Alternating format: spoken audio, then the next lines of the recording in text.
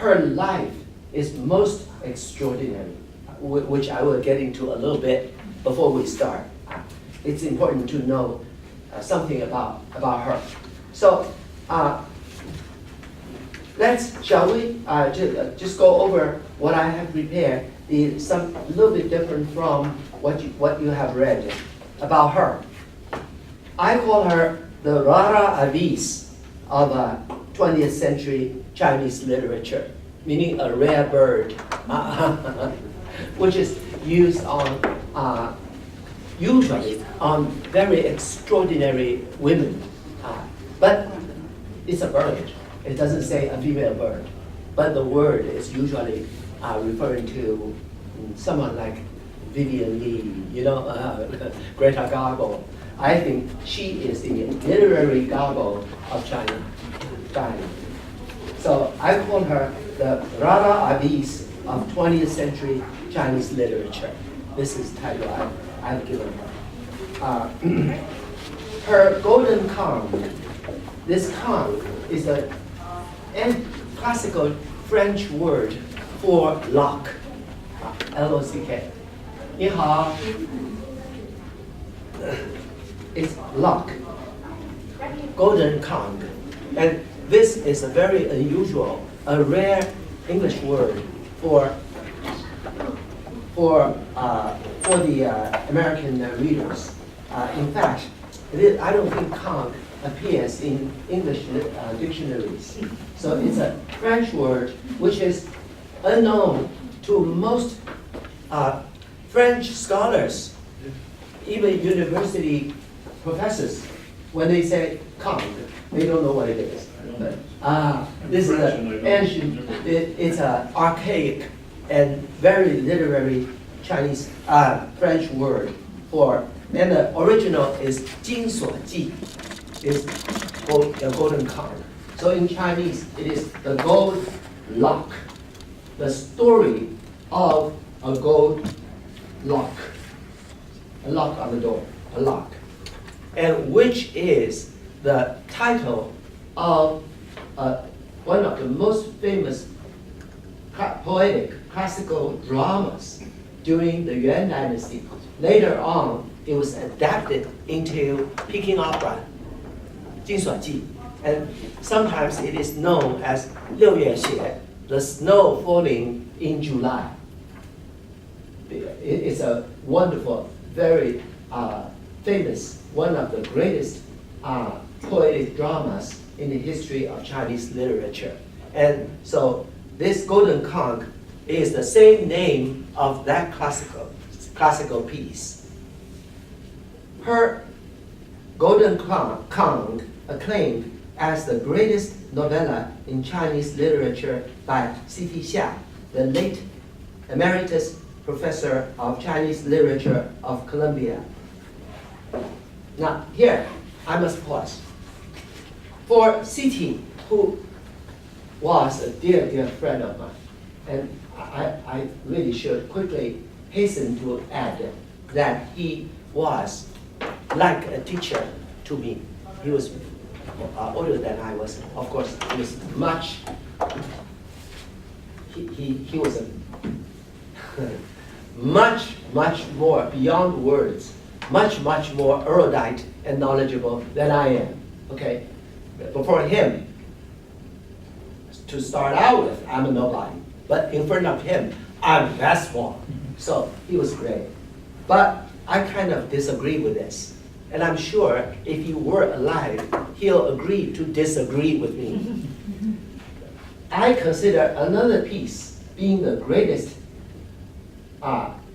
story that is written in the style between a novella and a short story, being the greatest piece in the history of Chinese literature, bar none. Guess what that is? Guess which piece that is? Traces of Love. Well, we're learning. So every time, this is the third time I'm giving a lecture on Eileen Chang. The fourth time. One time it was the publisher. They reprinted they republished one of her masterpieces called The Naked Earth. It was a very anti-communist comment. It was written by commission of the American News Bureau in Hong Kong in early 1950s, right after she fled to Hong Kong. She wrote that piece, which in English, she wrote in English. She went to London. She was accepted. She was granted full scholarship to London University, and so she was on her way there, and the war broke out, and so the ship stopped in Hong Kong. So she stayed in Hong Kong, and she was admitted into the Hong Kong U, which is not a shabby university. And so she went to Hong Kong U for 3 years, and the war was over, and she came back to Shanghai, and where she went to St. John's, one of the top universities in the old days. And then, I mean, her life is a very sad one. Or I think all artists, it's not easy to be an artist and a writer or a poet. Most of whose lives are marked by darkness and sadness and melancholy. And her life, Diane's life, was no exception. So here I must pause. I think her Traces of Love. Now, the title Traces of Love, I have I question the translation of it. So today you have to forgive me, but then all my students do. So no exception. You have to forgive me for being very very definitive about everything I say, as if my words are the law, are the golden rules, which of course they're not. I have to agree with many people. But in this case, I have evidence here, so you can decide for yourselves, okay, whether or not I was right in opposing the translation of Traces of Love. You will see. So for that, because I needed to convince you, and because of that, I said I better sit down and write to prepare the exact all the meanings of each character. There are only 2 characters, Liu Qing, what they mean, and I leave it for you to guess exactly what it is, because the title of a masterpiece is usually ambiguous, especially in the 20th century. When you read Anna Karenina, it's about her. There's nothing to it. If you read War and Peace, it's all about war and peace. But when you come to a streetcar named Desire, they say, what is it all about? And then if you read Flannery O'Connor or Carson McCullers, and Carson was particularly good with her titles. One of the great American writers, one of the greatest, I think, together with Tennessee Williams and Faulkner is not my favorite, but I love Flannery O'Connor and Carson McCullers. And Carson McCullers, check her out with her titles alone. You just read her titles, and that's it. You don't even have to read what she writes in the book. For instance, Ballad of a Sad Cafe. Now, how does one think of this? It's a beautiful short story. And also, Clock Without Hands. What a title. What is it all about? I read it, and I sat there and said, what the hell does that mean? Then I said, aha, it's about life. Life is a clock without hands. How do we know when we're going to drop dead? No one knows. So life runs like a clock without hands. And another one, Reflections in a Golden Eye, also Carson McCullers. And it's very ambiguous. So Eileen Chang's titles alone will mark as literary genius touch in writing, let alone all the words inside the work.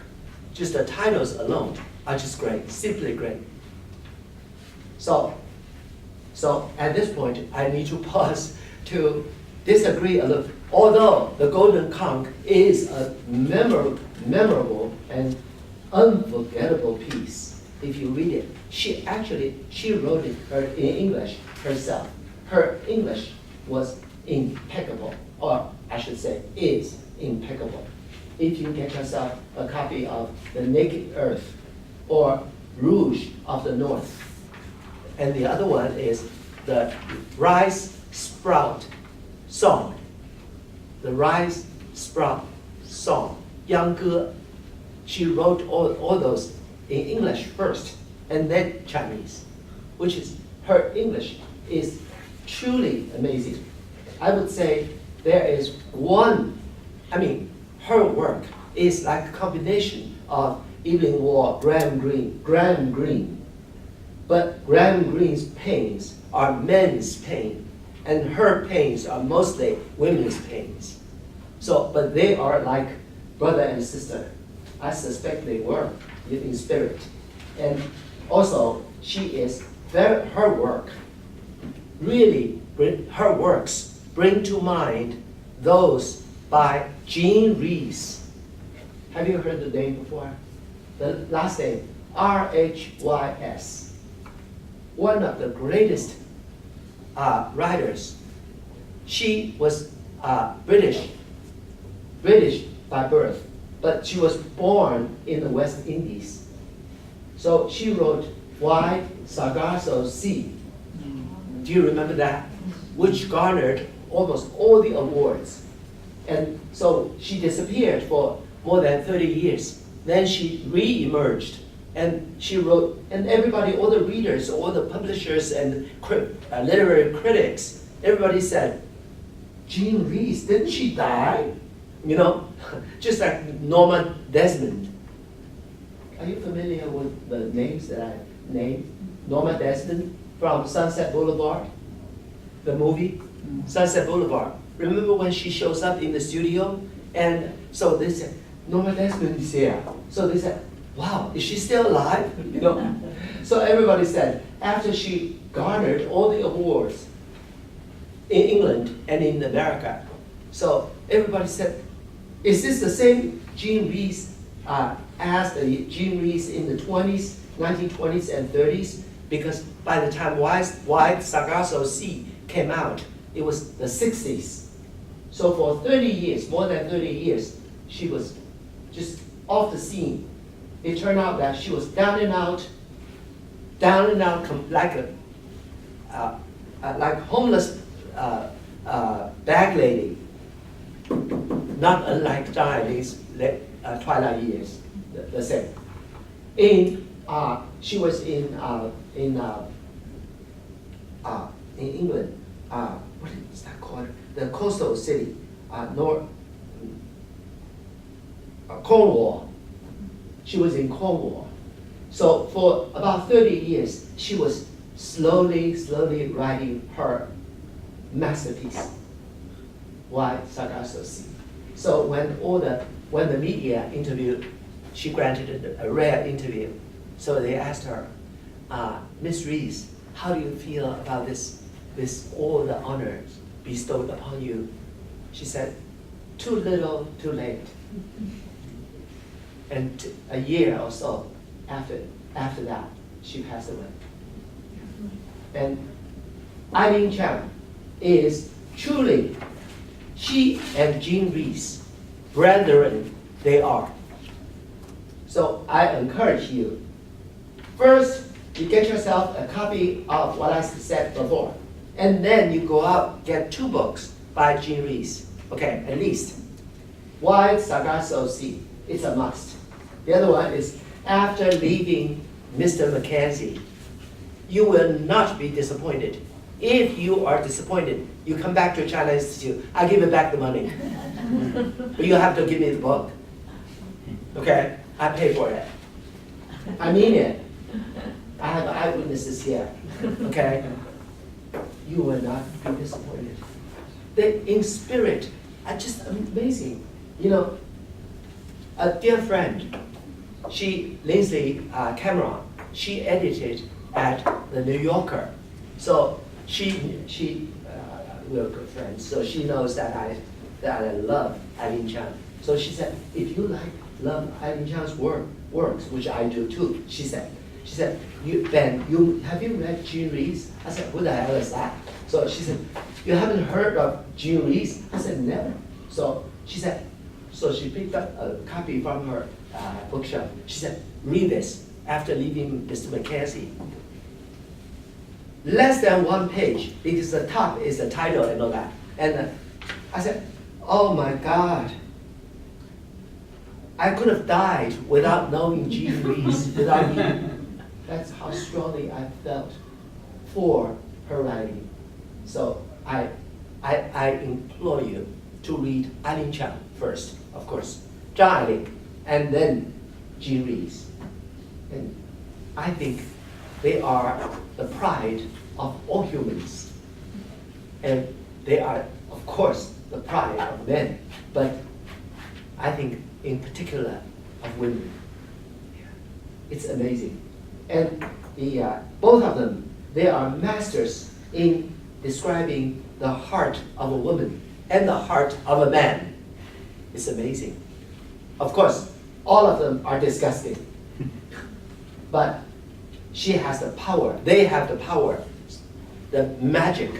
They hold in their hands a magic wand to turn something so seedy and so something tacky and so just, not seemingly unworthy of writing or reading into literature and poetry and beauty. And that's their magic. So let me go on. So promise me something. If I start to digress, because I'm the king of digressing, okay? So you have to say, hey, hello, wake up, okay? Ben Wang, just go on, move on. Otherwise, I can sit here and talk all about, instead of talking about Eileen Chang, you get me started with Tennessee Williams. I'm going to go over every book that he ever wrote. Then we're going to run out of time. So she is the most celebrated and imitated writer of the 20th century China, called a unique phenomenon by Renditions magazine, which is published in Hong Kong. One of the most distinguished literary magazines in the world. Her, meaning Eileen Chang, her life and her personality are legendary to millions of her readers. Born into a family of uncommon distinction, Eileen Chang's later years of self-imposed solitary and Spartan existence and her lonely death made headlines for weeks in and out of China and Taiwan.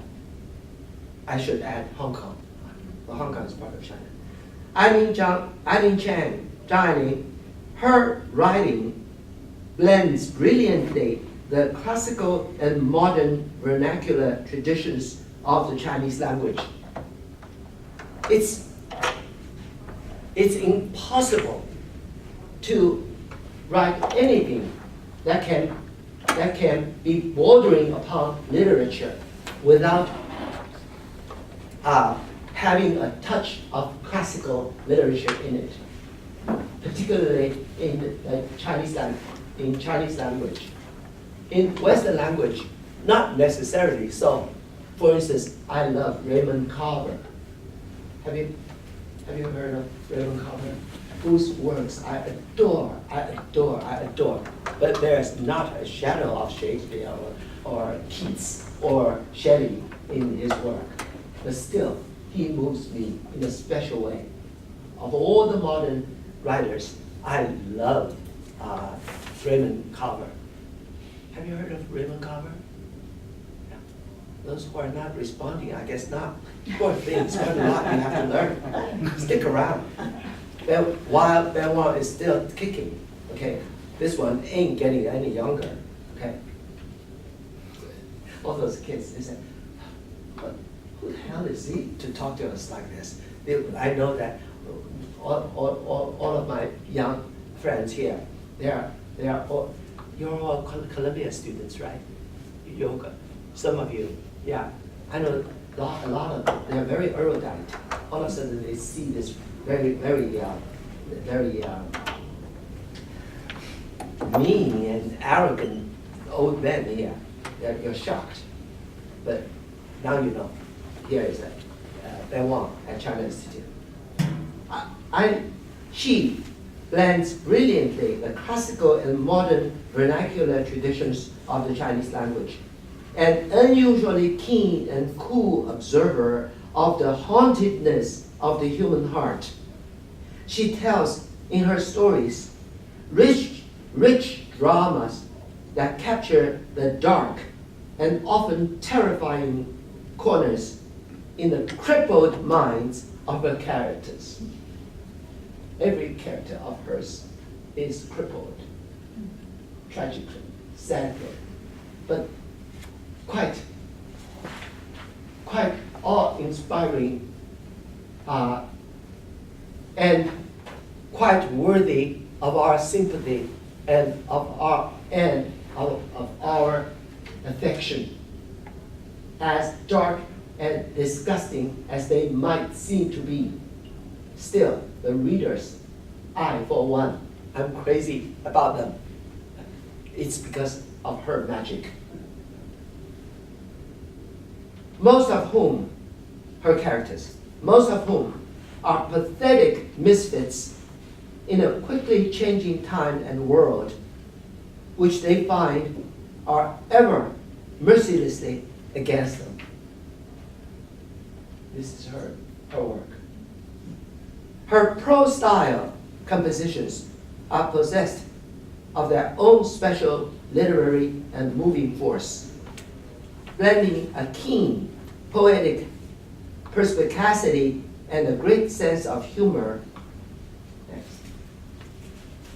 Quite standing out among prose writings by other writers in modern Chinese literature. In other words, she's not only a brilliant novelist, but she's also a distinguished, outstanding essayist, prose writer.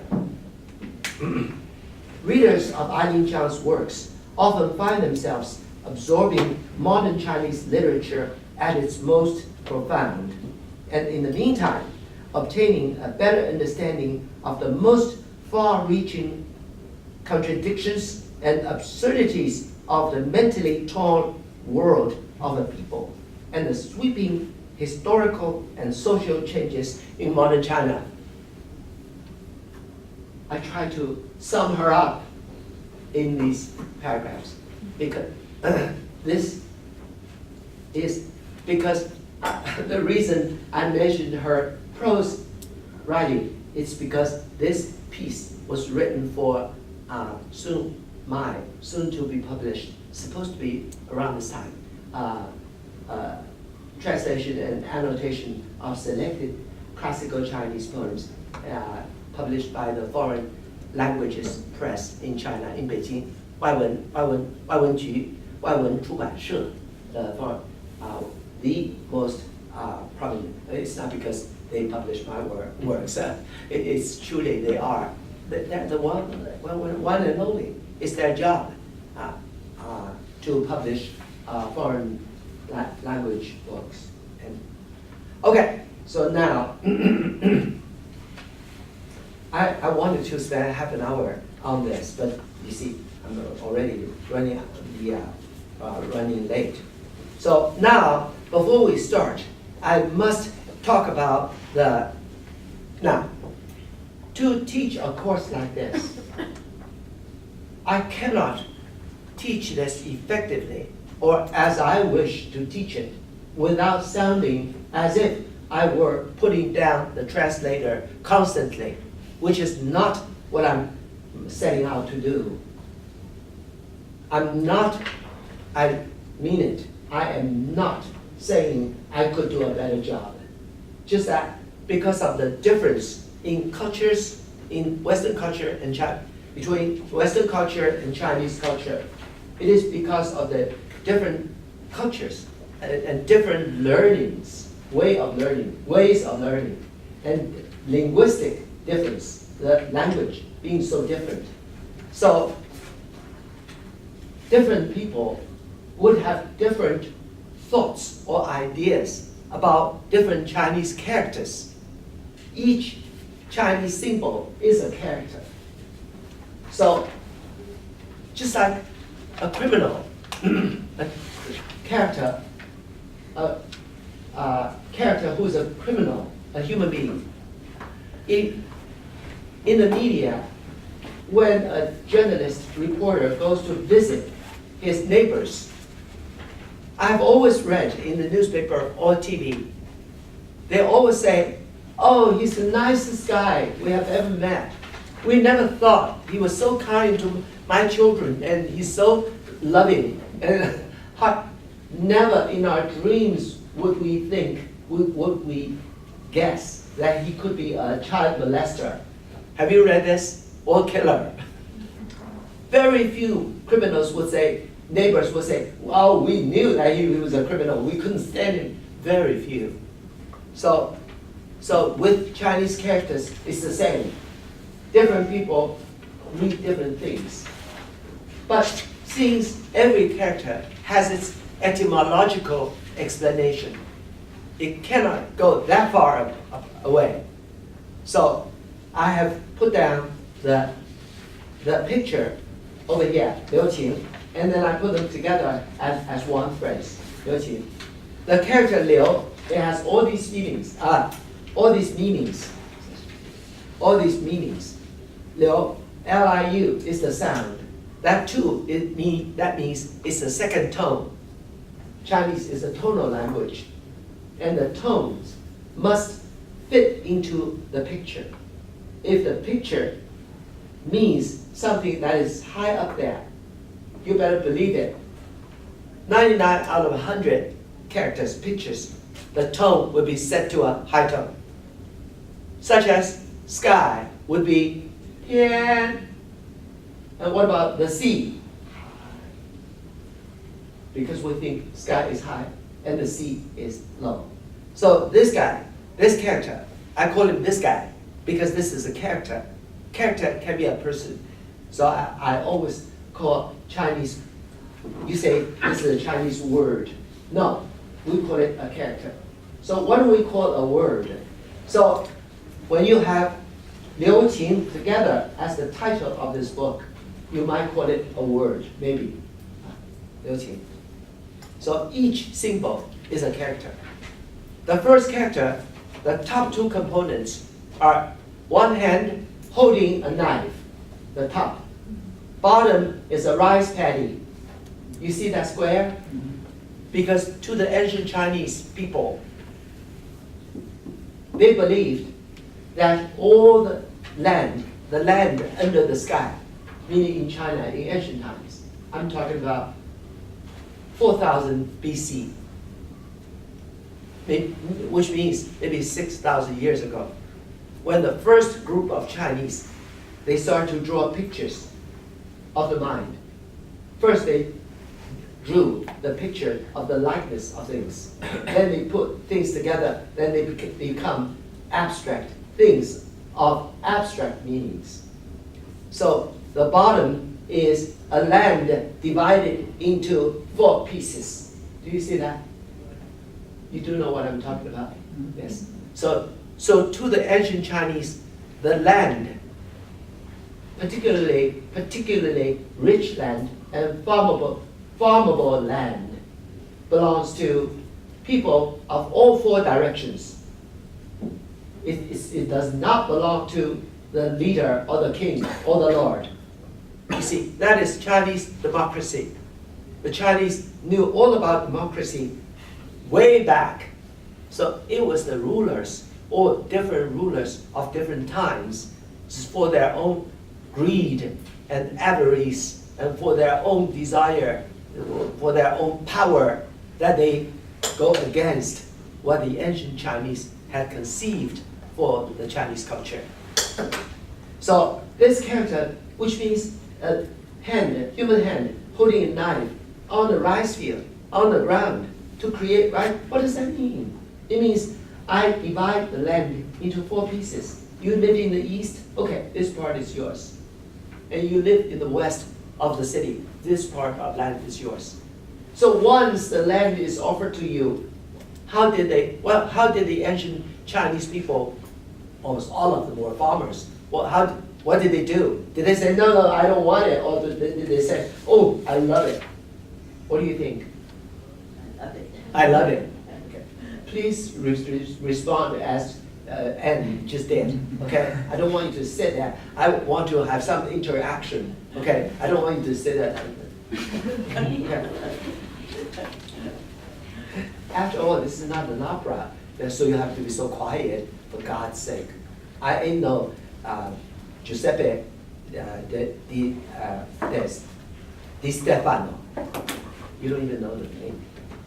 He was the best singer partner of Maria Callas. Mm-hmm. Have you ever heard Giuseppe? Yes. Di Stefano. Yeah, of course. He shows that to you. So this means to leave. Okay, I give you this piece of land. And then you give me, oh yes, I keep it. So this character can mean to leave something behind or to keep something. And if you leave it, I leave it. Okay, even in English today, you say, oh, leave it. Stop it. Forget it. Never mind. Meaning spare someone. I'm sparing you. So this liu, abstractly, it can be to spare.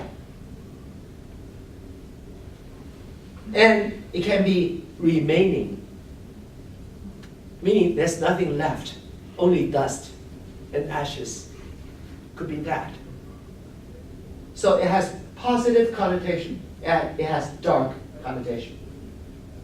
And it has connotation of reality, and it has connotation of poetry. The next one, qing, to the left is the radical, meaning the root of the matter. So the heart of the matter of this picture, this character, is the heart.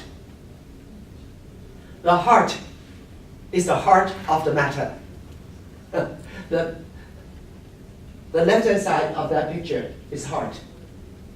Right-hand side is something that is emanated from out of the moon. Emanation of the moon. What comes out of the moon? Beautiful light. To give, in ancient times, although once in a month, lunar month, the moon is round, but still it would give all the people, Chinese farmers in the darkness, a little light to see his way around. On a moonlit, full moon night, it can work.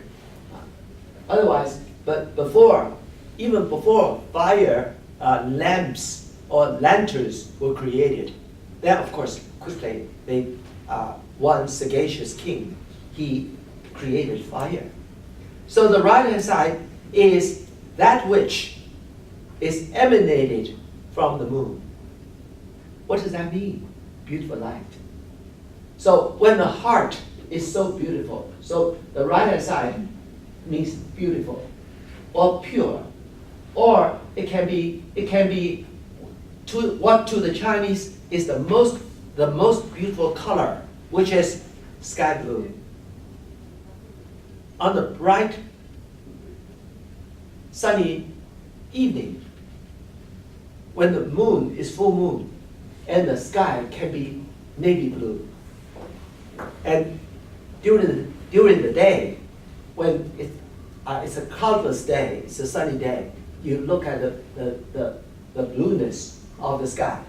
Then is the most beautiful color to the Chinese. Also to Tennessee Williams, because in one of his major plays, he said the sky is the most beautiful color of all colors. In the play that he wrote, Small Craft's Warning, one of his later work. So to the Chinese, a heart that is so beautiful. What is that? Love, feeling, mercy. So this Liu Qing put together, is it traces of love? To me, maybe not to you. To me, if it's remains of love, okay, I think it would be a little better. But traces of love, meaning despite of everything, there's still a little there are traces of love here and there. I don't think so.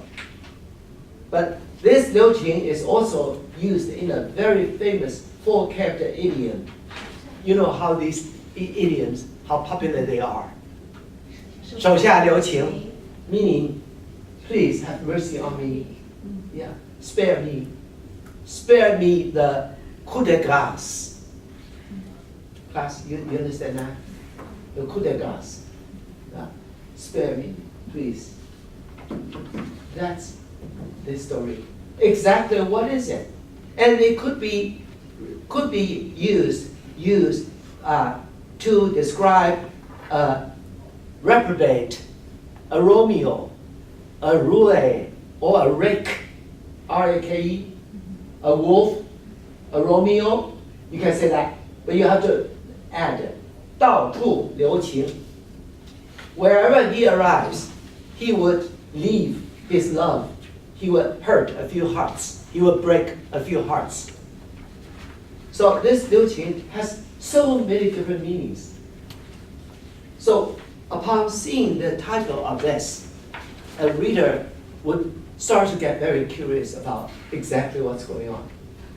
So we will see. So if it's whether or not, and of course, not until we have finished, will you tell me whether or not you think traces of love is. So now, before we even start to study this, I'm criticizing the title, the translation of the title. So you might get the feelings that I'm constantly putting down the translator, which is not what I'm trying to do. I just want you to know exactly what she has written, because translation can never be the real thing, you know. So I don't know whether or not when you sign up for this course, because we have 3 classes to study this piece. So I have divided this into 3 parts. 1, 2, 3. Were you told? You were told. Okay, let me say it again to those who may not have been told. Part 1 is from 119. I'm talking about the English translation. 119 through 126. 126, the end of the first paragraph. Last 2 English words, the youngs. On page 126, part 1 ends, which means we will discuss all the things from 119 through 126. Yes, and then after that, it starts part 2. Part 2 will end on page 141.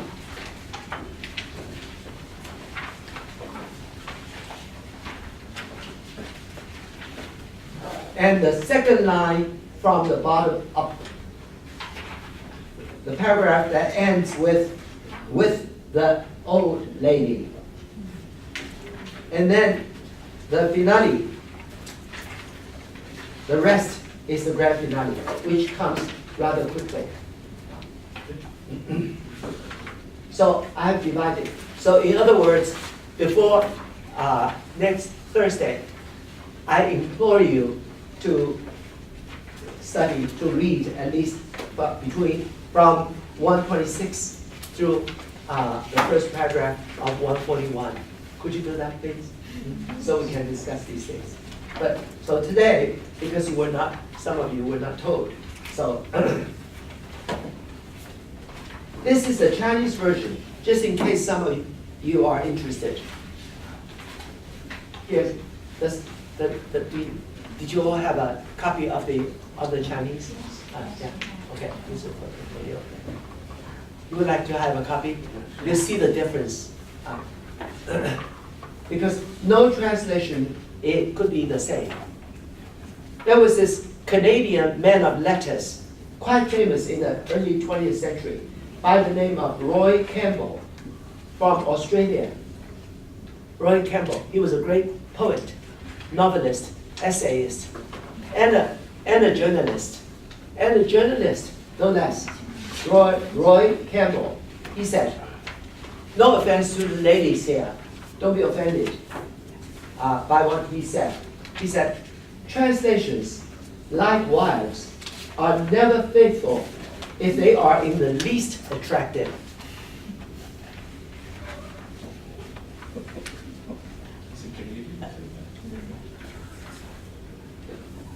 Canadian? Roy Campbell was a Canadian? No, he was Australian. Sorry, yeah. We said Canadian. Yeah, very clever for an Aussie. So that's what he said. So translation is never ever the right thing. If it's beautiful, translation is beautiful, then you can bet on it. It's not the translator has taken a lot of liberty. Can I ask you a question? Of course. You look at the characters, what's you have a title proposed, what will be the title? Because I read the thing totally, and when you finish the thing, traces of love are not the meaning when you read it. This is. Yeah, I know, but what's the English translation that you will use instead of traces of love? I know, I can't. I mean, since I'm not the translator, I would say, I might say the remains of love. Or, but the word spare is not so poetic. You know, I want to. But it does have multiple meanings. Yeah, so hard. My point is when you finish this, Yeah. traces of love have all the meaning because it's going nowhere. You feel it works. And you feel at But the end then- there's traces. Then I'm happy. Yeah. But This is why. maybe because I'm just born negative. You know, I feel it takes someone very negative to appreciate Eileen Chang. I don't think she's because it's all hopeless resignation to destiny. All her works are like that. Yeah. We just resign to what Lady Luck or Lady Destiny has in it for us. Why bother? So, okay, I'm alone, you're alone, and you have nobody, I'm nobody. Okay, we'll get married, why not? Okay. Do I love you? What is that? Yeah. How about the compassion? I think it's more like the pity. necessity and- is not love but compassion. I don't think there's any compassion. No, not at all. You see, yeah, she is without compassion. She is She's passionless.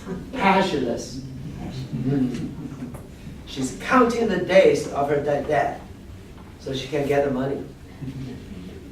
And he is not in love with her either. Because in Chinese culture, you do not say thank you or excuse me and all that, but they're very polite. Oh, thank you, excuse me. That means no love. The way I grew up, my age, Chinese of my age, husband and wife, never heard of 谢谢.不客气.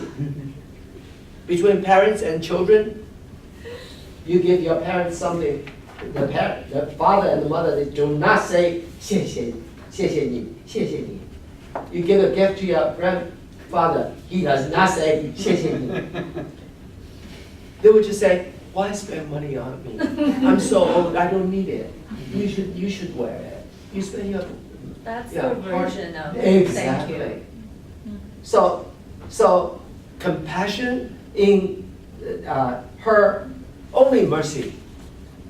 You know, okay, yeah, you serve a purpose in my life. Okay, I accept you. You know, I will go as far as going to bed with you, but love, just forget it. I ain't got none for you. As for the men, you serve a purpose. You're young. You're next to me. You look good. You make me look good. I'm old and decrepit. I still have a young thing next to me. You serve that purpose. So I'm good to you. Love, forget it. So that's their pillow talk. That's my way of thinking. Or how I think of Eileen Chang. And towards the end, each time I will tell you a little bit about her life. It's just darkness. Yeah. All she sees is darkness. So, but then, all the great literary masters, they're all dark. Yeah, I think that's an opinion. I think that choices of life is better than the remaining of life. Because the remaining life is that it's stick there, it's stay there. Oh, I said remains of life, Oh, remains like of dead. life. No. Yeah. Yeah. Life is dead, it's stay there, so it's someplace. And for the choices of life, in my imagination, it's not easy to find, but it exists somewhere. Yeah. Just like you know that the light through the bamboo, you see the shadow, you can feel, but not stick in one place. Yeah. So that's I feel the choices of life is a Traces of love. good choice. I think so. But look, this is where democracy prevails. No, I mean it. I totally mean it. Literature cannot be pinpointed to say this is the only meaning, especially when we are studying the great works. You cannot, I mean, we must agree to disagree. I think either remains of love or ashes of love. Ashes is good. And I think, ashes, everything is dead. Whatever it is, it's just ashes or dust. That evening was handful of dust. One of his masters, I love it. Yeah. You have heard of Evening Wall? You must. He's one of my favorite writers. Most of my favorite writers are English. Ford Man's Sport, okay? Good Soldier. Write these down, yeah, especially for the young people. Good Soldier by Ford Maddox Ford. Who discovered Rhys? He was that master. Graham Greene. Okay, my number one, Graham Greene. Okay, number two, Evening Wall. Number three, Ford Maddox Ford. Number four, Thomas Hardy. Number five, Jane Austen, in that order. Okay, so I urge you to read all of their works.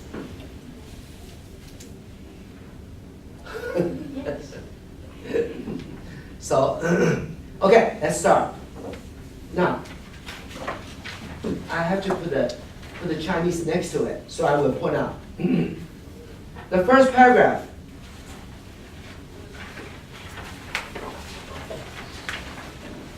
What's so interesting is that, of course, mainly we were using in translation.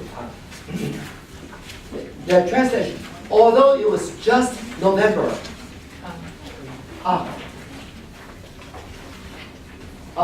Perfect. Okay. But in Chinese, the original is their home. The first three characters. Okay. Class, you don't have to take notes too much. It's ridiculous. I want you to know the essence of this. So translation, it starts with although it was just November, the original, it's not that at all. Original Chinese order, of course the language is different. So their home, the first one. It already with these three characters, already irony. Because if you go on reading, you know it's no home. There's no love in it. It's a cold nest. It's a cold home. But the first word is 他们家, their home. Home sweet home, especially to the Chinese. Home is where you come from. It's even more endearing to a Chinese than home is endearing. It's a beloved place to all human beings, but to the Asians, namely the Chinese, particularly, it should be the warmest place. So the first three characters, their home. But of course you cannot translate it literally. Then you would be reading Chinglish. Who the hell wants that? You know. So there's no although. But here, 他们家, their home. 11 month, meaning November, right now. Isn't it appropriate that it's November the 2nd? We're studying a story which took place in November. 他们家 first, their home. Then the weather comes in. 11月 in Shanghai, this was the story takes place during Japanese occupation. Okay. And she was 21 or 22, I'm not too sure. One of her first pieces. She wrote it? She wrote it, yeah. 20. At the age of 19, she was still 18, no, not yet, 19. 17, she wrote 17, a year before she was graduated from high school. She submitted a piece to a literary competition held at a magazine in Shanghai. So, yeah, so she submitted, and which won the 7th place, okay? And that is the dream, well, the 天才梦, the dream of a genius of mine. The dream of a genius of mine. That's the title of the essay. 我的天才梦, meaning my dream of being a genius. How I think of myself, basically. Are you with me? There's a little irony and sarcasm in there. So she submitted that at the age of 17. But long before that, she started to write. The last sentence in that piece she wrote, she said, "Life is like a resplendent robe. Life is like a resplendent robe on which are crawling all over fleas and insects." That was the last line of that piece at that age.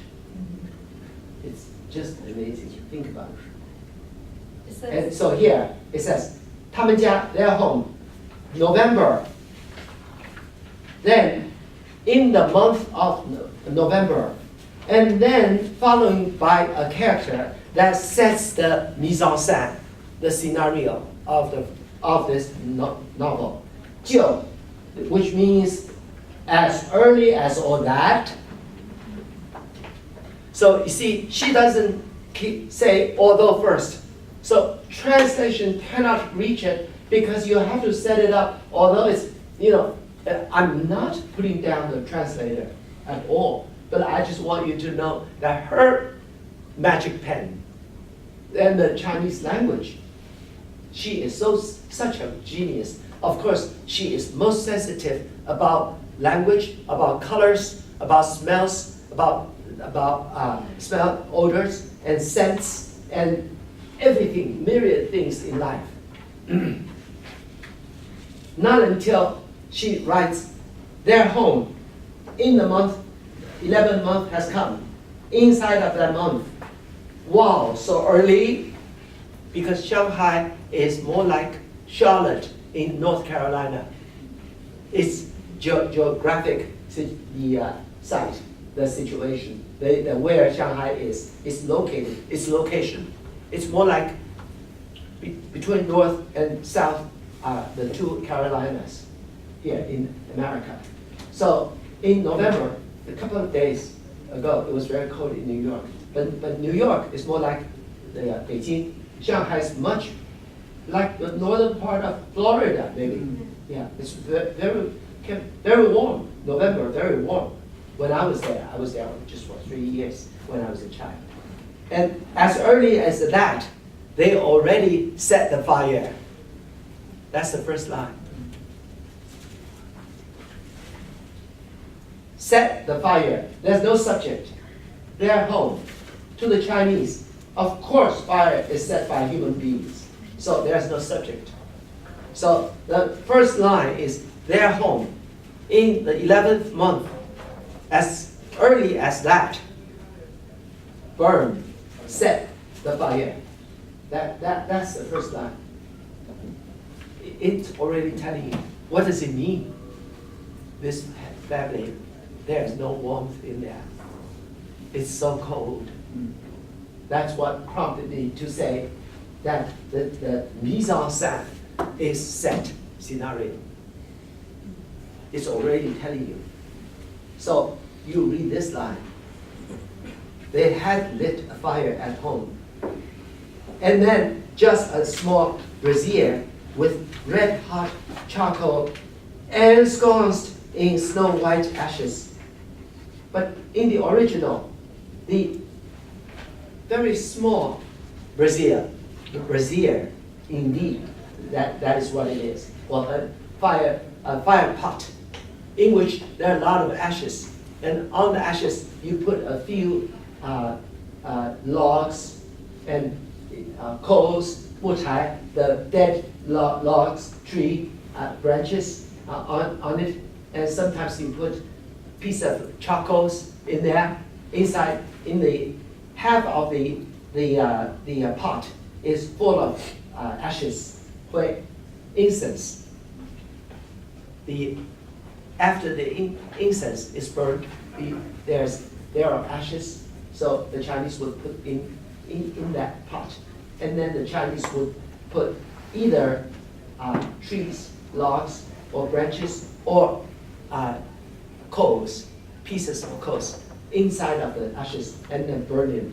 So the entire brazier, usually when we are small, either we put our hands, or when we're sitting around a large one, we put our feet next to the pot. So the pot is almost always made of ceramic. So you feel that is the Chinese southern part of China. So we would use these things to warm us up in wintertime. 烤火是火盆 It's a pot or brazier, small one would be a brazier. Large one would be a fire pot. But in Shanghai, very, very few households would have furnaces, like fireplace. Very few places would have fireplace. So in their home, a small here is the word ensconced, but the original character, the Chinese, the translation of this is to make a humble abode, a pigsty, or a dog's house, or where a cat stays, or a homeless bum stays home. That becomes a verb. So ensconced does not have any of these meanings, but if I were to translate this, I would say nestle, make a nest. Water, in that character, water verb in Chinese is war. War is a cave radical. It's referring to the very humble nest of an animal. Pigsty or chicken, what do you call it? Chicken not house, but dog house. Or are you with me? Yeah. So inside of that, it's the ashes. In the ashes, nestling inside are the red burning coals. And then the original, it starts to say, to personify the coals. As if this coal, all these coals are people.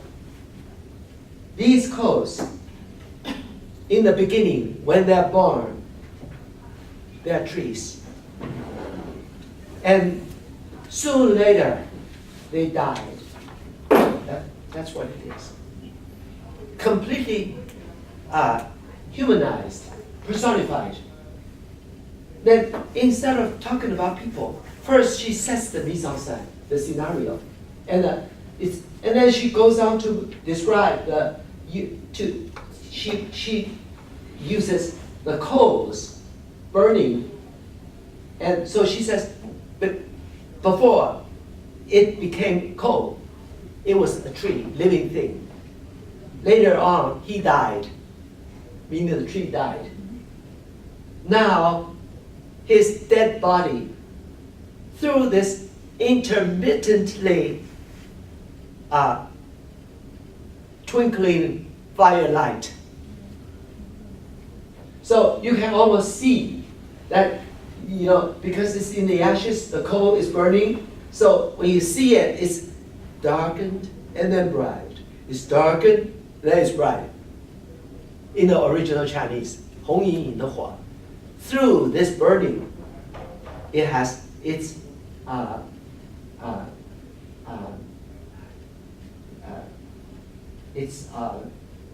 resurrected.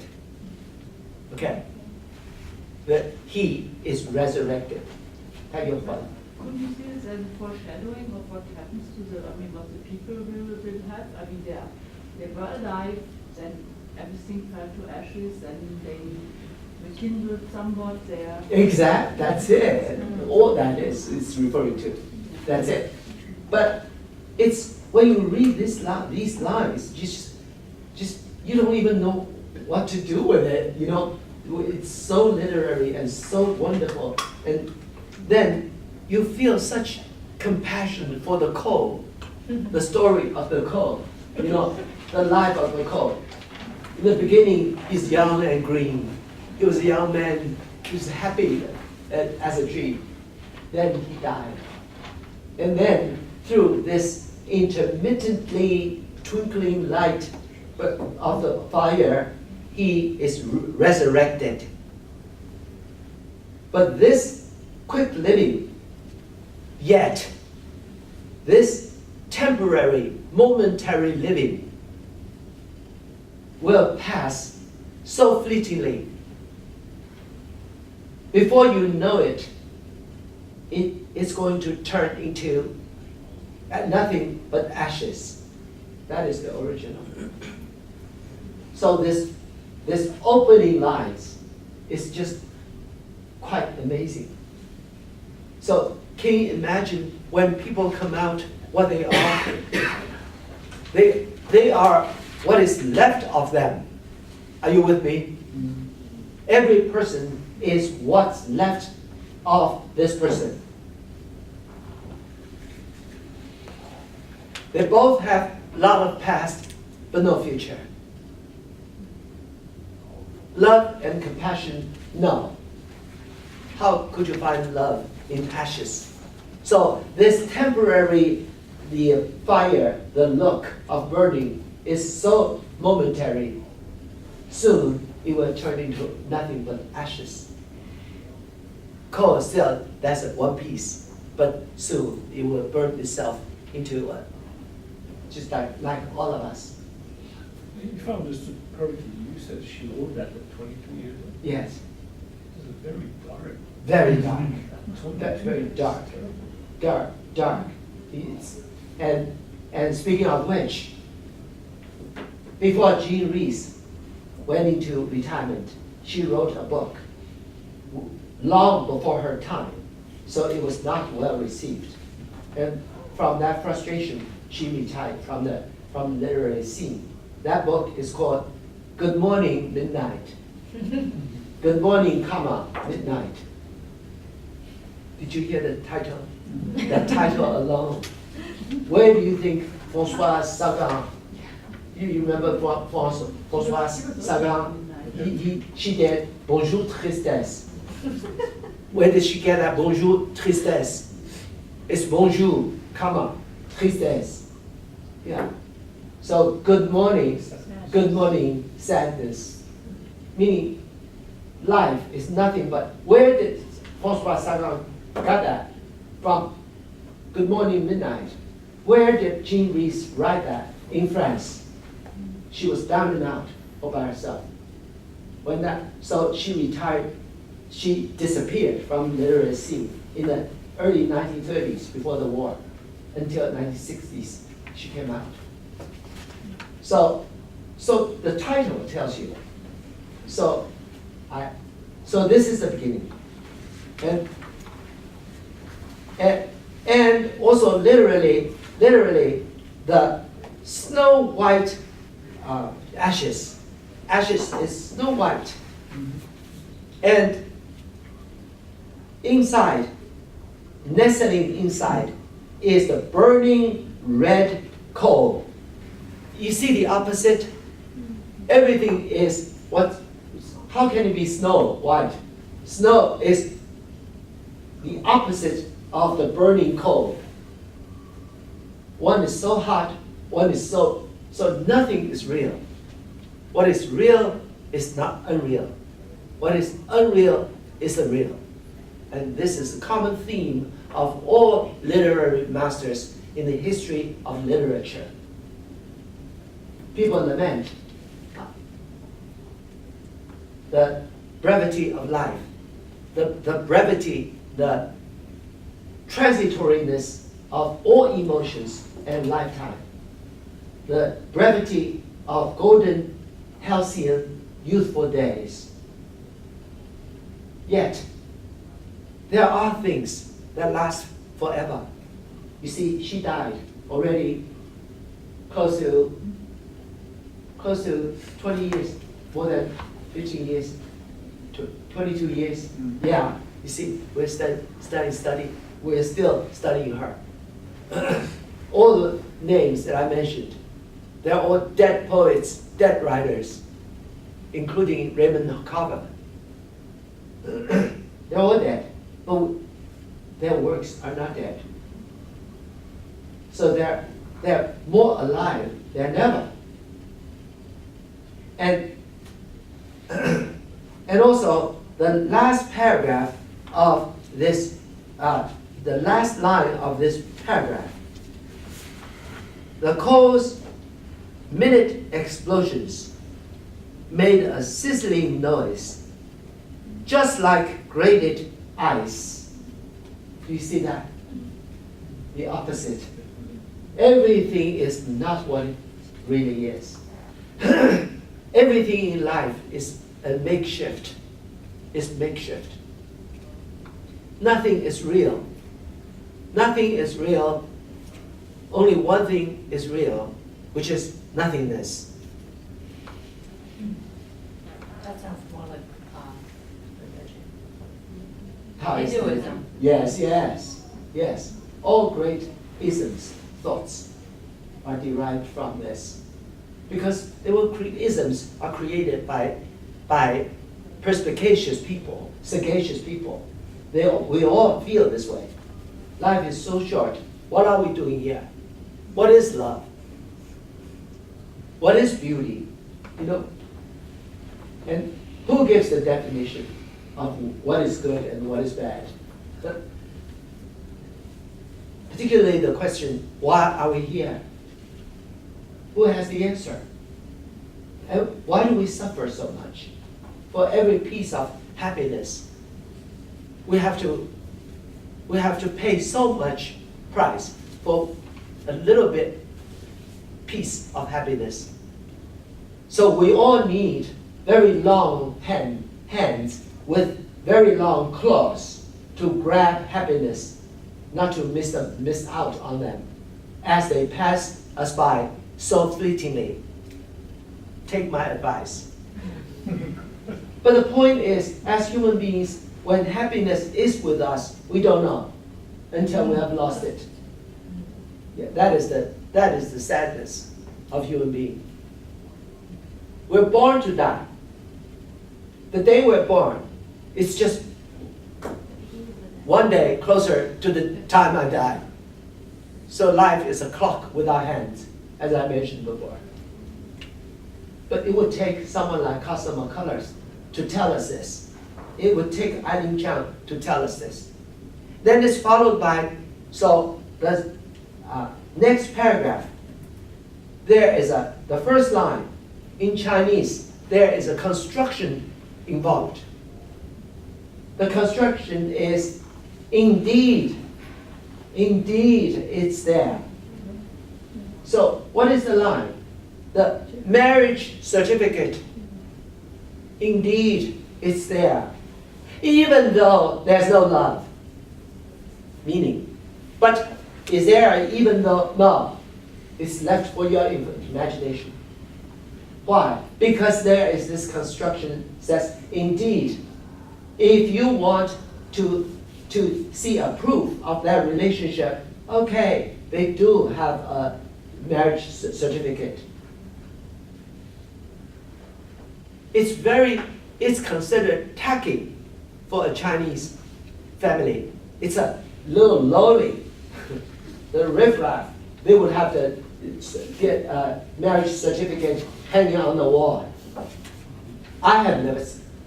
Now, I'm not trying to tell you that I was born into it. But personally, I have never seen at any Chinese household that I've been to. Okay, I was in China for 24 years. I grew up. I never saw in my parents' friends' houses or my friends' houses. I never ever saw their parents' wedding certificate on the wall. Never. Which is here. Why is it here? So for her, she's nothing but a concubine. She's just a woman that she is shacking up with this guy. Are you with me? This expression, which is very vulgar. Okay. Actually, I have a question here. So I read this treatise of love. So the moon had a sick wife. So she's a concubine. Yeah. So in that age, in that time, so is that the government give the certificate for the concubine? They were married outside of China. Don't forget. Yeah. So in China, it didn't count. Don't forget that. So, but in fact, she is nothing but a mistress or a just kept woman.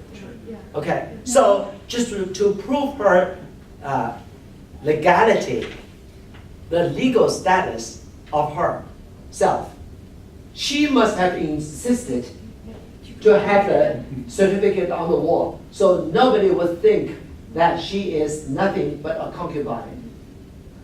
And she is supposedly from a rich merchant family. Don't forget, merchant to the Chinese. No matter how rich you are, merchant is on the bottom. No offense to anyone who's here. I'm talking about in all China. Okay? 士农兵工商. The Chinese divide all people into 5 groups of people. And where would the merchants, business people be the lowest? So if you put the character word woman following business woman, what does that mean? Prostitute in classical Chinese.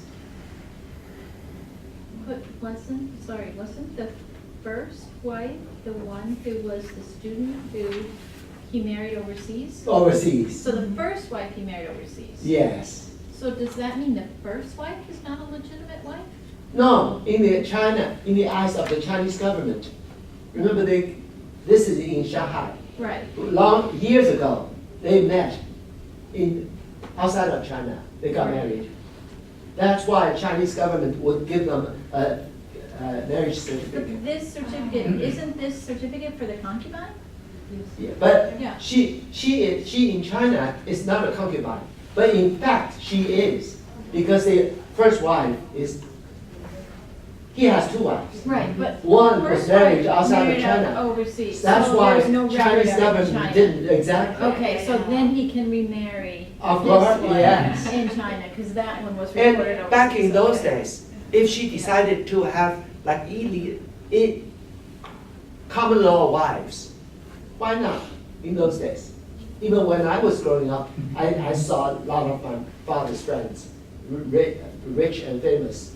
They had, but they were not allowed to come into my household. My mom wouldn't have it. My mom wouldn't have any concubine or mistress.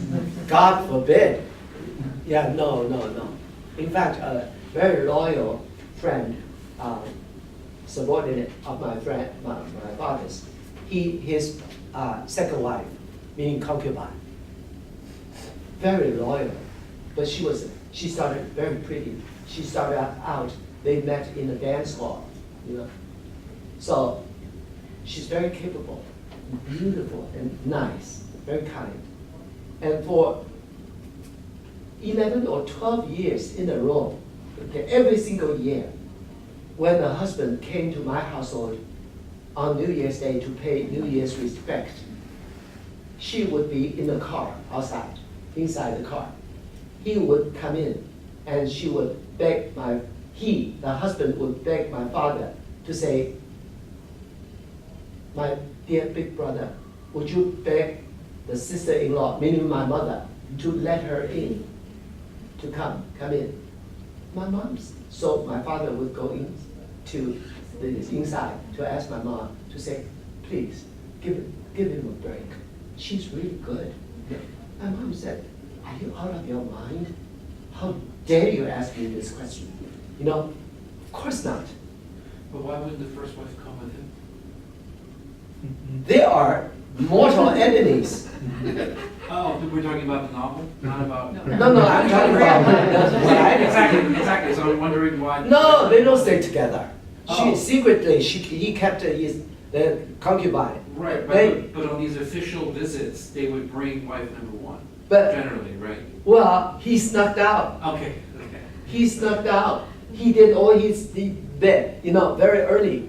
Or he came to my house to pay. I don't know what he did. He came to my house with the little wife, and then he went back home. Then he came with the first wife. But the first wife, of course, she could come in. She was a congresswoman, and they had known my parents for 25, 30 years. And he worked for my father. So 11 years later, my mother had a fallout with the number one wife. Okay, my mother was just unhappy with her, what she did. So that year, New Year's Day, after 11 years, she was still outside.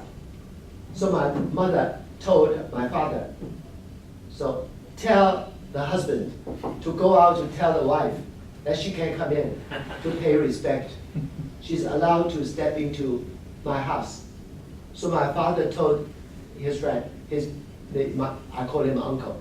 So Uncle Yu was beside himself with happiness because he loved this little concubine. So he went out. He said, my sister-in-law, meaning my mother, this is Chinese custom, So say my sister-in-law will receive you. You can come in. So she came she was very happy. She got out of the car. She came into the gate, and there's a garden there. She came into my house. So my mom was at the door, inside of the door, it's with a screen, because in Taiwan, there are a lot of mosquitoes. So before she opened the screen door, she got down on her knees. She hit her forehead 3 times on the ground to thank my mom. Because from that moment on, she is officially recognized because gossip, words get around. Yeah, word gets around quickly.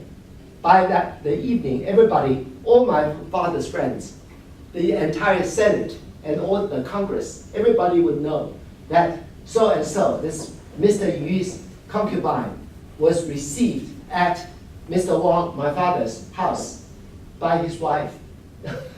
And so her status was legalized, officialized. Are you with me? Yes. So to be a concubine, especially a woman from supposedly a rich and famous family, she cannot admit to herself that she is nothing but a concubine.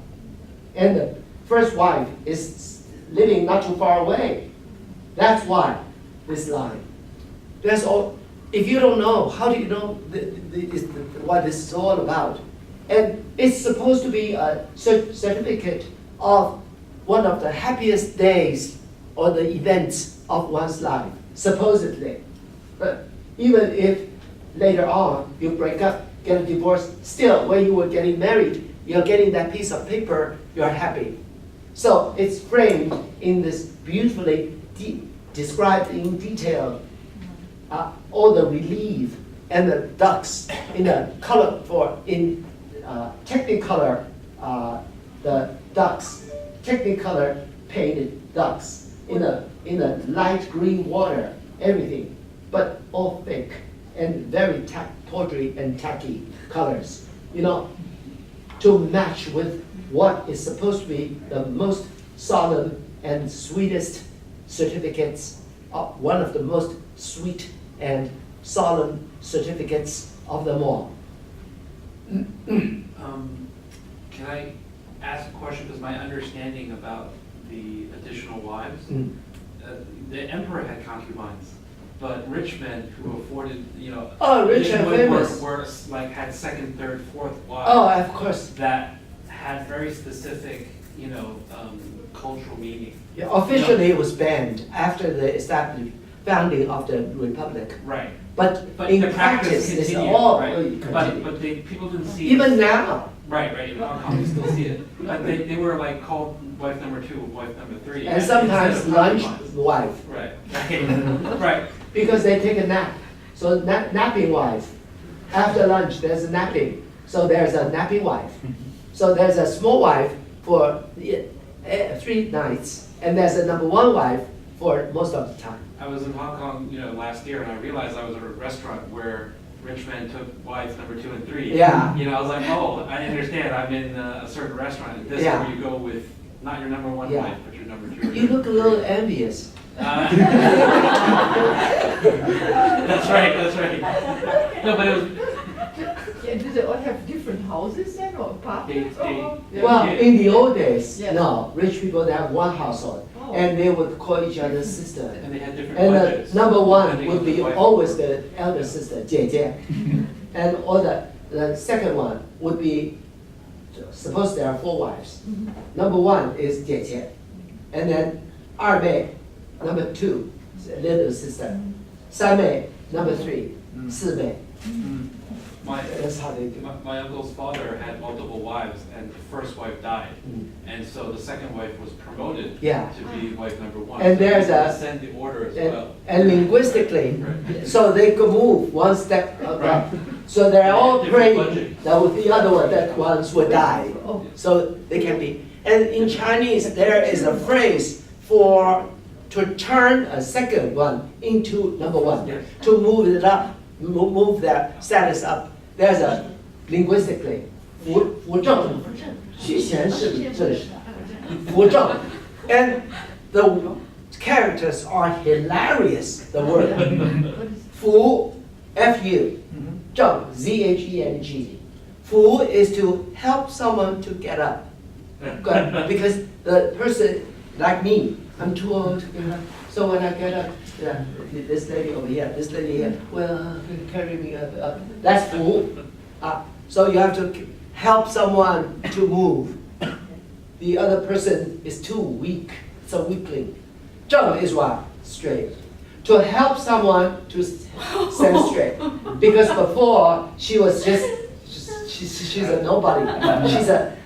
She has no status. She's a piece of trash. Now I have to help her to straighten her out, to be a decent woman, to be a real wife.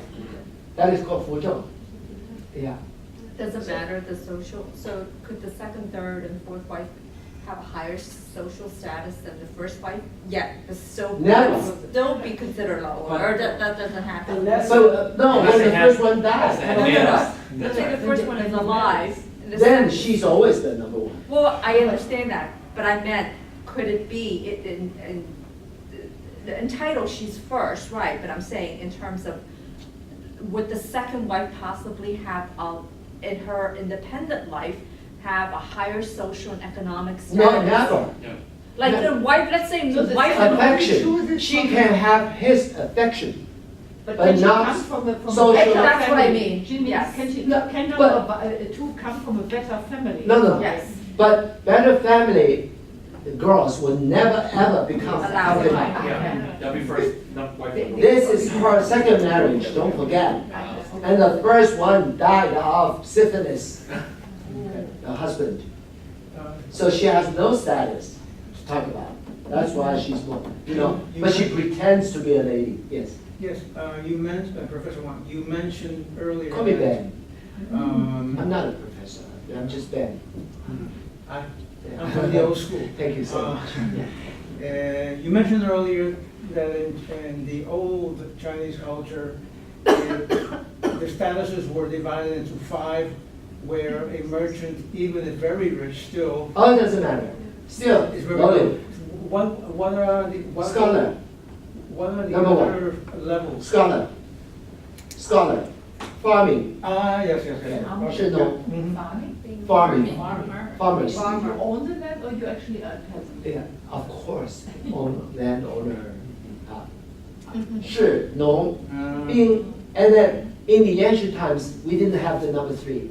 There were only 4 groups of people. Later on, the soldiers, because usually most usurpers were warriors, soldiers. So they said, what is this? We're not human beings. We don't even have a group that is for us. So we categorize them as the 3rd-class citizen. Scholars, farmers, and soldiers, warriors, laborers, and merchants. And was that a reflection of the Class distinction. of the king and so on? Oh, Of the it's ruling class. referring to the masses. Yes. To the after the king, of course, is beyond. He's ruling all of these 5 groups of people. Yeah. But does that originate from the emperor? Is that Confucian? Confucius, But long before. I think it's important, if you could correct me if I'm wrong, but, we say scholar now, but being a scholar back then in that culture. You need to context, learn it. You passed the test, you were first, you became part of the government, and then you had a lot of money. So all of that came with being a scholar.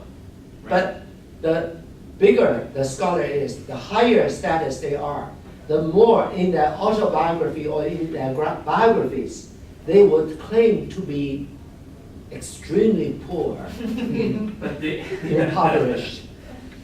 but you became a Because scholar. once you have status, you have the power. You don't need money.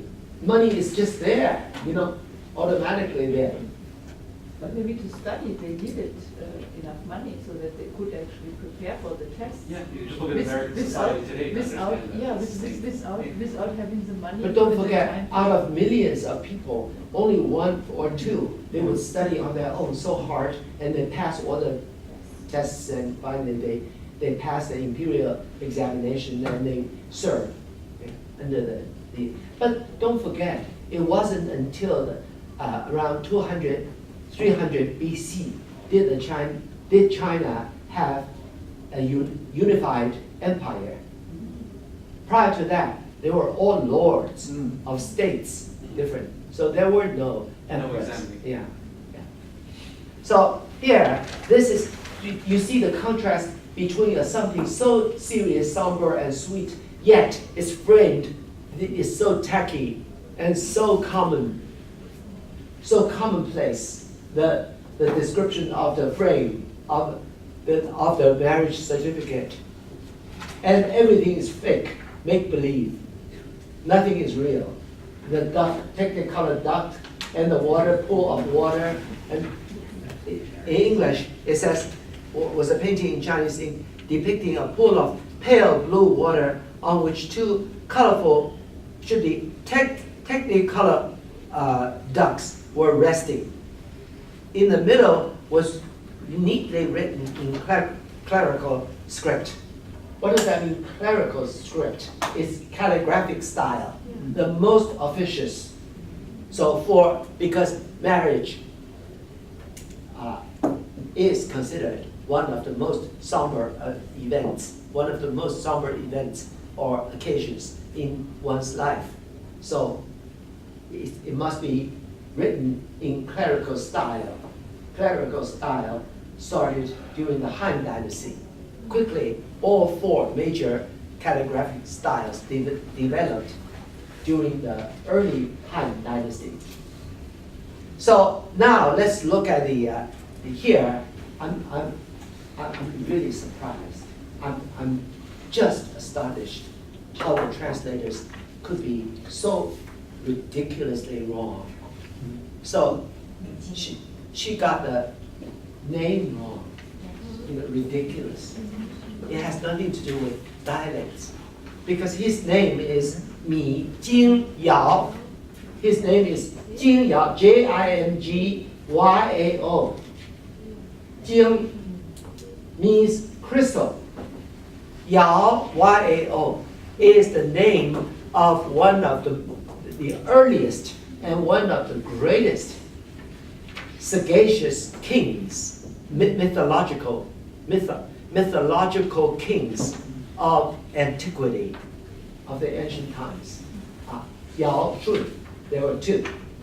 And that's his name, which means when the parents or grandparents named him when he was born, he was given this name in the hope that he would grow up to be so perspicacious and clever, and also he would be such a great leader to lead all Chinese, which is the opposite. It's full of irony. That's what that is. Does that give you an idea as to why I love Tennessee Williams so much? Because Tennessee Williams just doesn't come up with a regular name like Blanche Dubois. Remember when Mitch asks her what her name is? She says, "My name is Blanche Dubois," which means white wood. And when you call my name, you can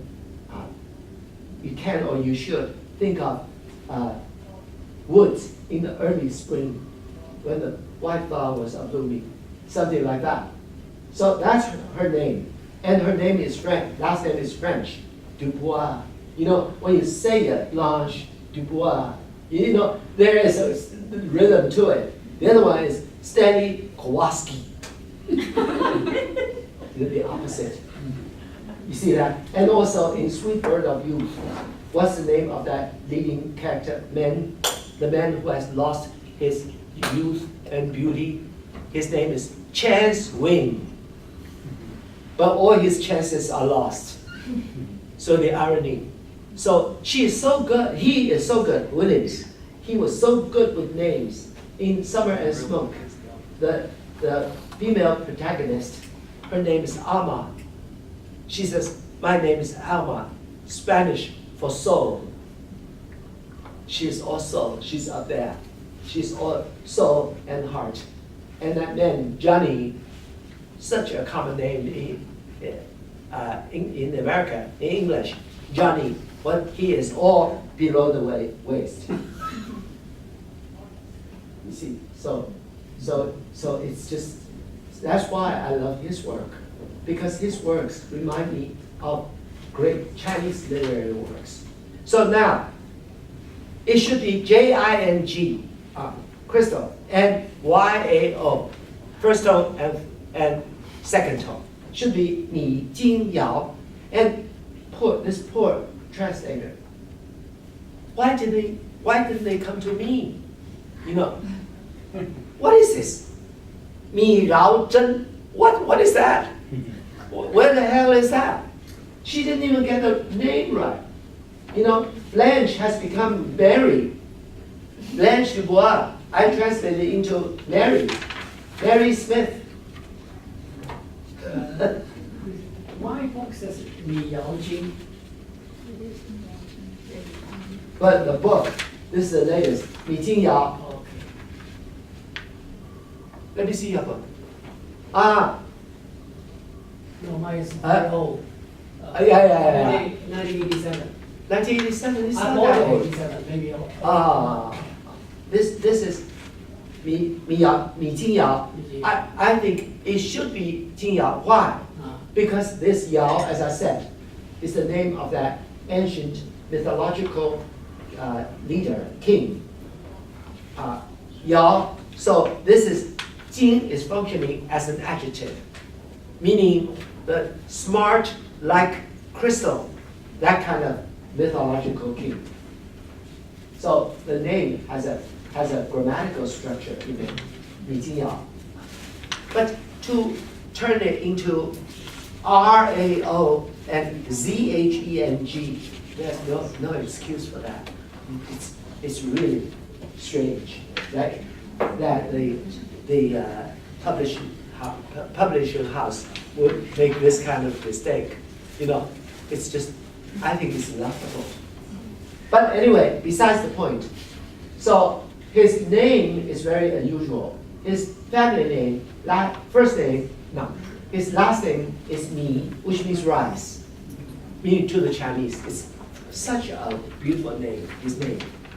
Not only is his family name is Rhys, which is so close to the land in Chinese, and his given name is this most perspicacious and saintly mythological king. His name. But he is everything but that, you know, as it turns out. And what's her name? Her family name is Chun Yu, which is a barbarian's name, northern barbarian. This two-character name nowadays is very rare in China. Even throughout the long history of China, this Chun Yu started out. It was just a sound translation of northern barbarians, the Huns, Huns, the Huns. When they invaded China, they liked the land. They decided to settle down in China. So they turned that any character, they chose Chun Yu. So whenever you see this Chun Yu, for me, I would immediately think of a barbarian, barbarian invader coming to attack China, which means there is this cold and cruel, savage side inside of her. And her given name is what? Dun Feng, the opposite of the family name. What is her given name? Two characters. Dun is what? Incomposure, composed, or imperturbable. Dun, did you hear me? The Chinese character for imperturbability, meaning so composed, in perfect composure. Feng is the rarest bird, mythological bird, phoenix. The most wonderful, marvelous bird to be celebrated throughout the history of China, referring to a magical woman, beautiful and capable and smart and all that. As in the Dream of the Red Chamber, Story of the Stone, Feng Jie, Wang Xifeng, we all know that. a famous poem, Phoenix. So that's her name. So within her name, there is this conflict. The savage and the very elegant, the elegance and gracefulness and wisdom in it. What's so amazing is where they come from. The native town of this man, class, it's in Pinyin. So this man, native of Wu Wei, this W-E-I, Wu Wei, Wei is second tone. And check out her.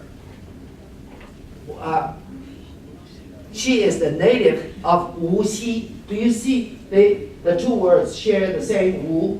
Do you see that?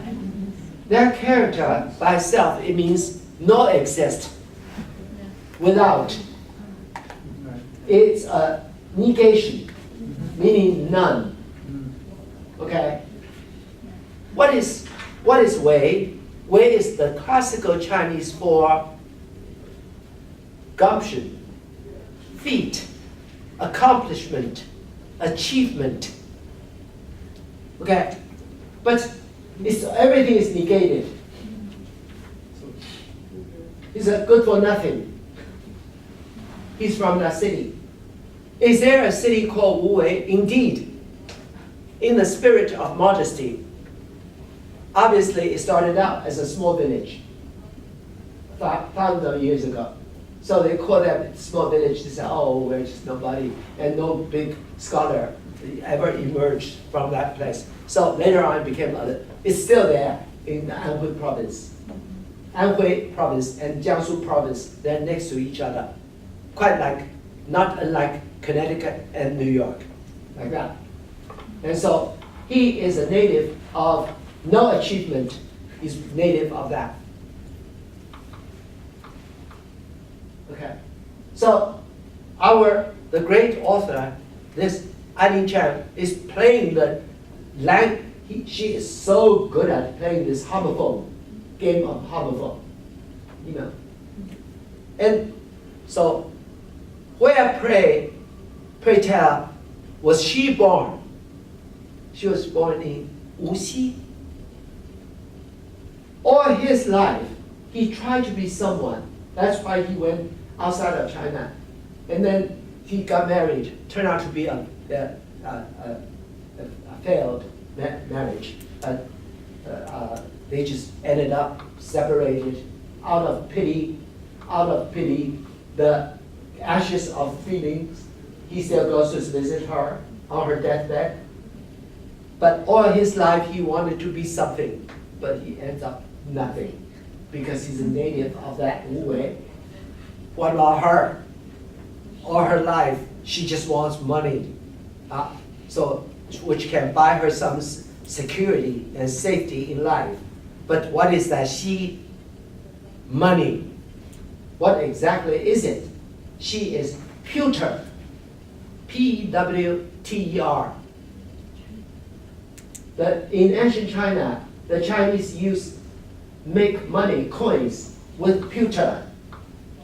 So what is it referring to? Money. Not even the most, of course, pewter is much less worthy than silver or gold, even bronze. But still, it's considered what do you call that? It's a metal, still a metal, and it's a metal with which the Chinese people, once upon a time, hundreds of years ago, they made coins, money with pewter. Even today, a pewter pot or something still used, especially in a flea market. You see a lot of pewter in the old days. In the Western world, you use pewter to make things, right? But her, let alone gold or silver, she ain't got even pewter. She's a native from that. Does it tell you something? Isn't it simply amazing? And now, let's talk about the day they're born. okay, their birthday. The translator says that 25th February, which is Pisces, okay, water, most gentle and loving and soft and sweet, just like the man in the story. And what about her? She is all fire, Aries. They're the most incompatible, these are the two most incompatible signs. Fire and water, go figure it out. Is this something? What about the Chinese also? Same thing. Same thing? Oh, definitely not. They're not supposed to be married. So everything is just makeshift.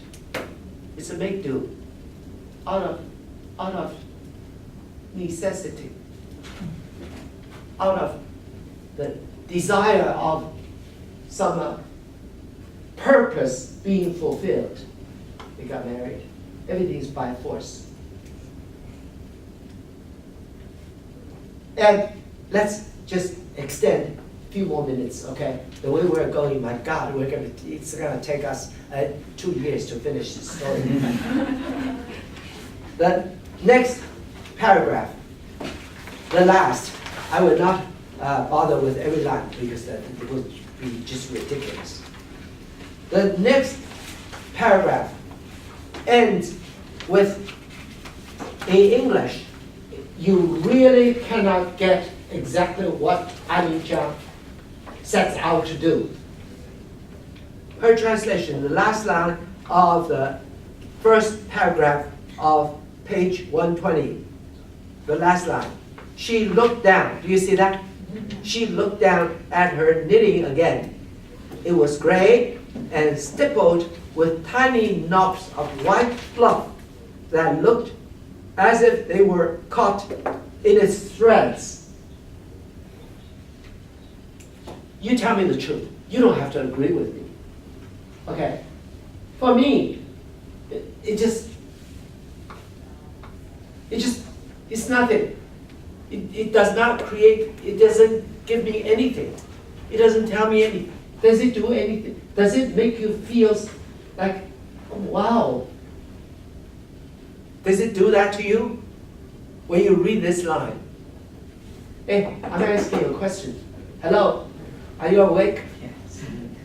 So when you go over this English line, translated, does it do anything to you? Maybe the chord, something chord in Yeah, but does it catch you like, wow? Do you get like that? Tell me the truth. No, It's just a plain description of. But do you think Eileen Chang would waste anything in a story like this, particularly at the end of a paragraph? Now, here is just simply amazing.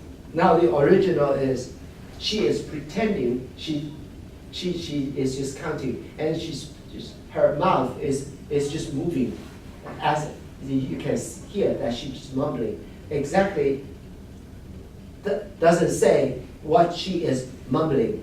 She's just her. He sees that her lips, her lips are moving. Could well be something that you have to go to see her. First, that's the first thing. Then she lowers her head. Then she pretends that she hasn't heard what he has said. After a little while, she pretends. She's very good at pretending. She pretends to be, everything she does is fake, false. So she said, huh, what? Like that. This, in Chinese, meaning what? What's the translation here? Huh? Yeah, not bad. Okay, and again, she looks down on the wool that she is using to make her knitting. She looks, examines, she looks at the wool, which is gray color. Okay, first of all, it's gray. 千千万万许多 on the each thread is hanging and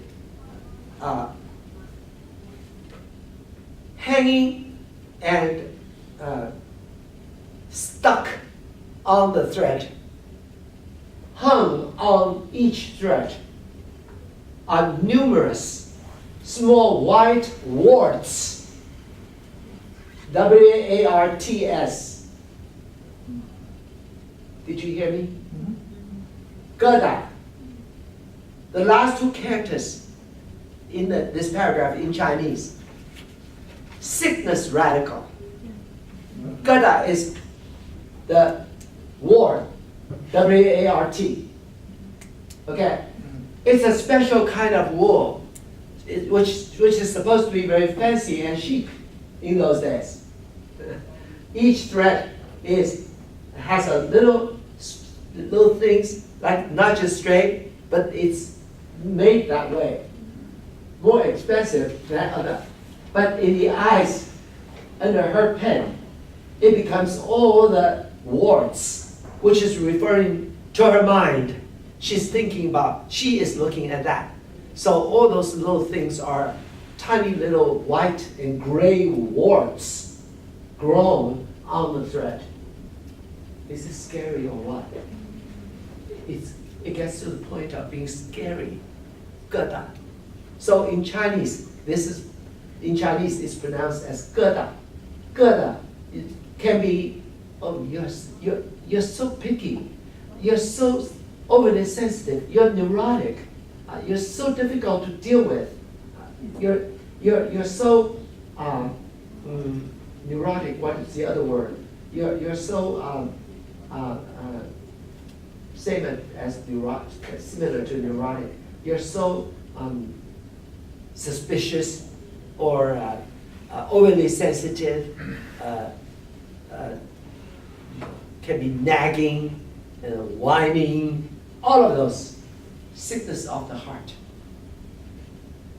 Maybe That's what she sees. just symbolize between the two people. There are so many things. Of course, that- exactly. In her heart, and he doesn't say it loud. Yeah, he knows that this is not the legal wife. He needs to go. But after all, she is much younger. It doesn't have. It's stated on the certificate. The writer doesn't say it. The reader already knows. Wow. One is we see in the translation. You see the date, right? The year. Say, my God. So you know that, and also neither would tell the truth of what's going on in the mind or in the heart. It's a marriage of convenience, to say the least. Totally devoid of love, tenderness, and compassion. No, it's just for a purpose.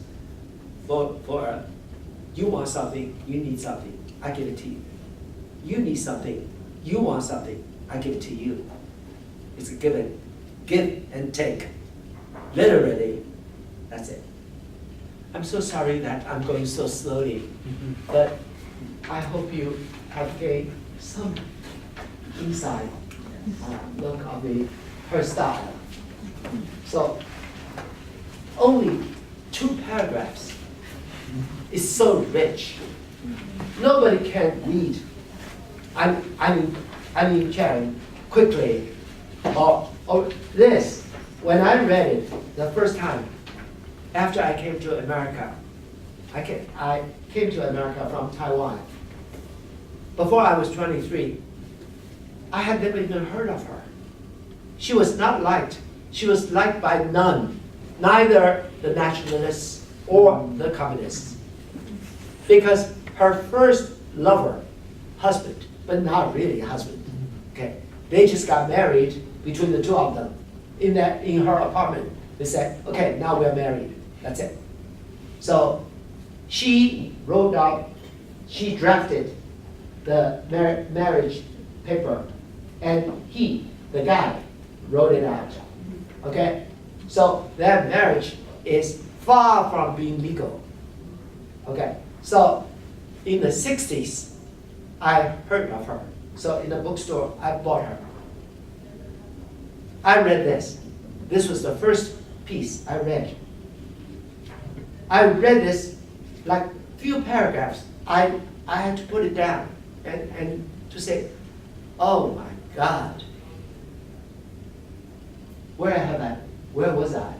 You know, how could there be someone like this who could write like this? I was just totally astounded by her genius. And she is a genius. And as we go along, I might ask you, the Institute, China Institute, might ask you to extend by at least by one, the way we're going. Okay. But I promise I will choose the most important spots to talk about.